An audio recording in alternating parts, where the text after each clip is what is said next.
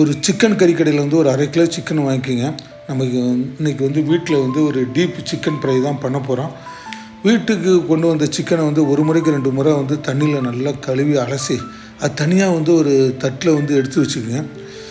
இஞ்சி ஒரு பெரிய துண்டு, 12 பல் பூண்டு, 3 பச்சை மிளகா, 2 ஸ்பூன் மிளகுத்தூள், கரம் மசாலா 1 ஸ்பூனு, மஞ்சள்தூள், உப்பு 3 ஸ்பூன் வந்து தயிர். மிக்ஸி ஜாரில் பச்சை மிளகா, இஞ்சி பூண்டு, மிளகாத்தூள், கரம் மசாலா, மஞ்சள்தூள், மிளகுத்தூள், தயிர், உப்பு கொஞ்சமாக தண்ணி ஊற்றி மூடி போட்டு அரைச்சி ஒரு மசாலா வந்து நைஸாக வந்து அரைச்சிங்க.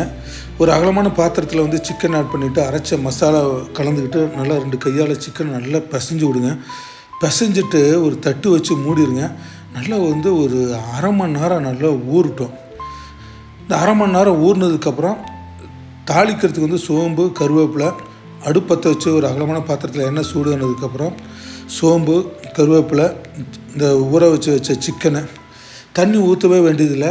ஒரு கலர் தட்டு வச்சு மூடுங்க. இடையிடையே தட்டு ஓப்பன் பண்ணிவிட்டு நல்லா 2 நிமிஷம் வதக்கிட்டு திருப்பி வந்து தட்டு வச்சு மூடுங்க.